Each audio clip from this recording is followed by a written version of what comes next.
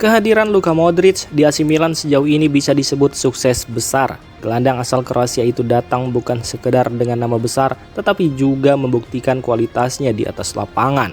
Modric mengambil peran sentral dalam permainan Milan besutan Massimiliano Allegri bersama pemain kunci lain seperti Adrien Rabiot, Mike Maignan, dan Christian Pulisic. Ia memimpin Rossoneri ke posisi kedua klasmen sementara, posisi yang bukan kebetulan melainkan hasil konsistensi dan kualitas permainan. Secara statistik, kontribusi Luka Modric cukup menonjol. Hingga saat ini ia telah mencetak 1 gol dan 3 assist di Serie A. Golnya bahkan jadi penentu kemenangan 1-0 atas Bologna di San Siro. Namun, pengaruh Modric tidak hanya terlihat dari angka. Ia menjadi poros permainan Milan, mengatur ritme, membangun serangan, dan memberikan ketenangan saat tim perlu mengontrol tempo. Modric mungkin tidak selalu mencolok di mata penonton, tapi setiap gerakannya memberi dampak besar. Ia menjadi penghubung antara lini dan pemimpin di lapangan. Masa depan Modric di Milan masih terbuka, tergantung kondisi fisik dan perjalanan bersama timnas Kroasia pasca Piala Dunia. Faktor penting lain adalah target Milan untuk finish di posisi yang memastikan tiket Liga Champions, sebuah impian yang juga dekat dengan hati Modric. Meski usia tidak lagi muda, kecerdasan dan pengaruh Modric justru berada di puncak. Di Milan, ia bukan sekedar gelandang, tapi sosok guru di lapangan. Selama kondisi fisiknya terjaga, Modric tetap bisa menjadi fondasi utama bagi proyek Allegri dan rujukan permainan Rossoneri.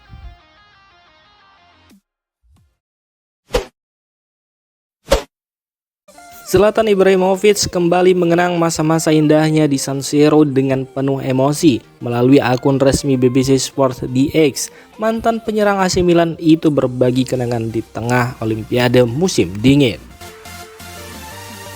Bagi Zlatan Ibrahimovic, San Siro lebih dari sekedar stadion. Tempat ini menghadirkan pengalaman emosional yang mendalam, terutama bagi penggemar sepak bola dan pendukung Milan. Dan momen paling berkesan di San Siro bagi Ibrahimovic ternyata bukan gol ataupun trofi, melainkan perpisahannya dengan dunia sepak bola yang digelar di San Siro. Kenangan paling indah di stadion ini adalah saat saya mengucapkan selamat tinggal pada sepak bola. Itu sangat emosional. Saya merasa telah memberikan sesuatu bagi orang-orang, membuat mereka terhibur bukan hanya sebagai pemain tetapi juga sebagai pribadi, ujar Ibrahimovic. Kata-kata Ibrahimovic itu menunjukkan sisi manusiawinya, sosok yang selama ini dikenal tegas dan percaya diri, namun juga menyadari dampak emosional yang ia tinggalkan bagi para penggemar. San Siro bukan hanya saksi perjalanan seorang ikon di lapangan, tetapi juga tempat di mana Ibrahimovic membangun hubungan emosional dengan publik. Dan bagi para Milanisti, namanya akan selalu menjadi bagian dari sejarah klub dan stadion legendaris ini.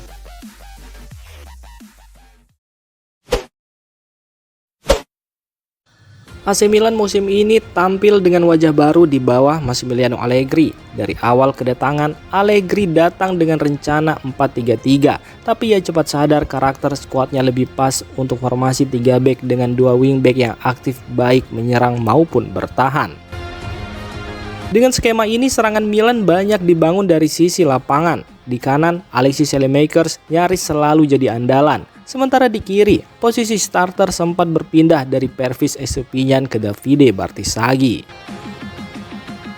Serangan AC Milan bisa dilihat dari 3 sektor di lapangan, kiri, tengah, dan kanan. Distribusinya cukup seimbang, meski sisi kiri sedikit lebih dominan. Sekitar 37% serangan datang dari sisi kiri yang diisi Bartisagi dan Estupiñán. Sementara 35% berasal dari sisi kanan melalui Saelemaekers dan 28% berkembang lewat area tengah. Data ini menunjukkan bahwa AC Milan menyerang dengan seimbang, di mana kedua sayap memiliki peran yang sama penting. Biasanya, serangan dimulai dari bek tengah, diteruskan oleh gelandang interior, lalu melewati wingback dan akhirnya sampai ke penyerang utama. Saelemaekers dan Bartisagi bukan sekedar pelari sayap, mereka menjaga lebar permainan, menciptakan keunggulan jumlah di sisi sekaligus membuka ruang di tengah. Untuk itu dapat disimpulkan, AC Milan versi Massimiliano Allegri tampil fleksibel dan sulit ditebak. Dominasi ringan di sisi kiri menegaskan kepercayaan pada Bartesaghi, tapi peran Saelemaekers di kanan tetap krusial. Strategi seimbang ini menjadi kunci kekuatan tim di berbagai situasi pertandingan.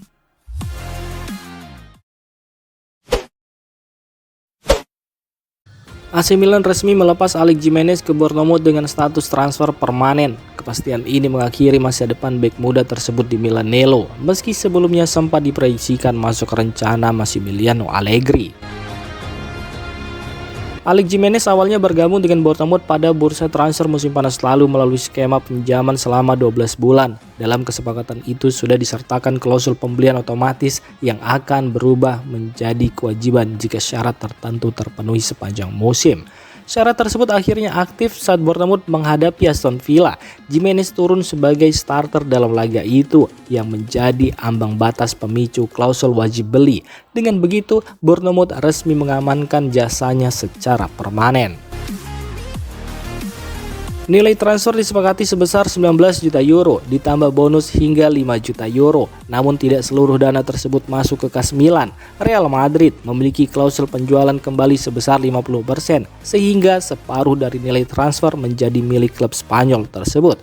Klausul ini sudah disepakati sejak Jimenez pergi dari Madrid ke Milan. Di musim ini Jimenez sendiri tampil cukup konsisten bersama Bournemouth. Ia mencatat 22 penampilan di Liga Inggris dan Piala FA, serta menyumbang 1 gol di Premier League saat menghadapi Liverpool pada 24 Januari lalu. Alex Jimenez sendiri bergabung dengan AC Milan pada musim panas 2023 lalu dan sempat dianggap sebagai aset jangka panjang. Namun dengan rampungnya transfer ini, hubungan antara sang pemain dan Rossoneri telah resmi berakhir.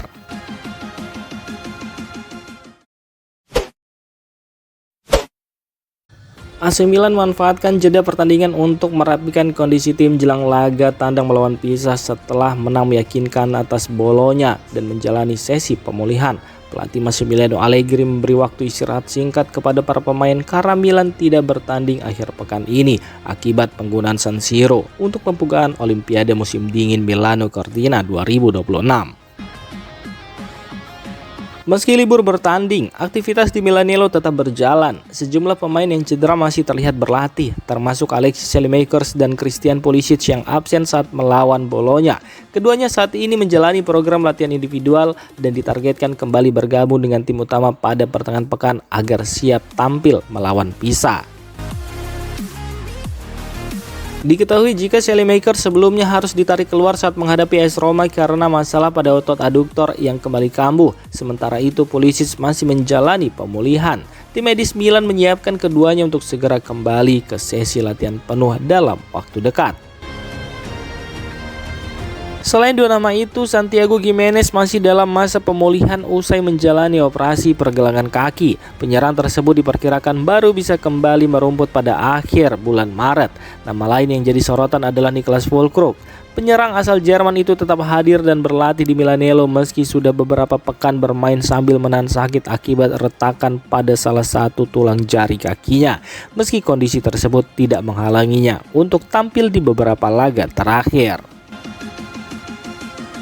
Kondisi Rafael Leao juga masih dipantau. Winger Portugal itu mengalami gangguan pada otot aduktor. Saat melawan Bologna, Leao sebenarnya masuk skuad namun tidak dimainkan penuh. Masa istirahat ini diharapkan bisa membantu pemulihannya.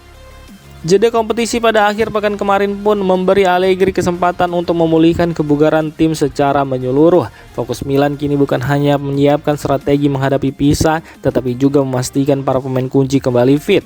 Jika Pulisic, Saelemaekers, dan Leao pulih tepat waktu, Rossoneri akan punya lebih banyak opsi untuk menjaga momentum positif mereka.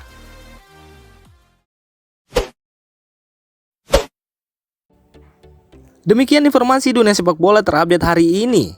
Untuk kamu yang gak mau ketinggalan seputar informasi sepak bola Eropa, silahkan like, subscribe, dan share video ini. Terima kasih.